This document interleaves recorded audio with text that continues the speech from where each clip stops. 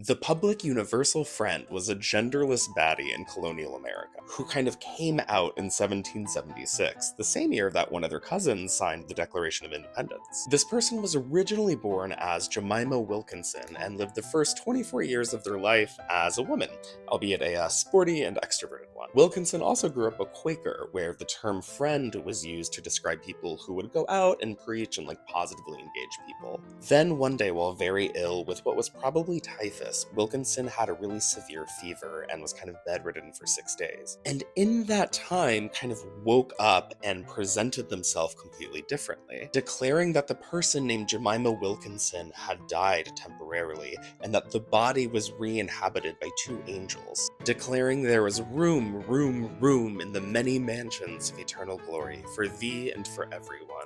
Really embodying that kind of universal friend inviting energy. But the friend declared that they were neither male nor female, and if anyone used their previous name or used gendered language with them, they would often scold them, leaving people to refer to them as the Public Universal Friend, or the Friend, or PUF. When someone asked the friend if they were male or female, they said, "I am that I am." And then when someone else critiqued the way they dressed, which tended to be a little more masculine and androgynous, they said, "I am not accountable to mortals."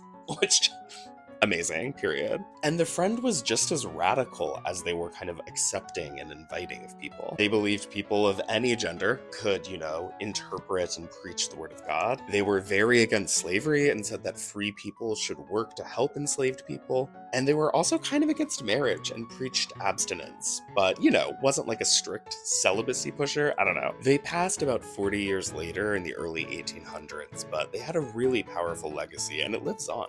They might be understood as the first person to found a new religious congregation or group in the United States, actually. And a powerful and timely reminder that gender nonconforming and trans people have played integral parts in United States history.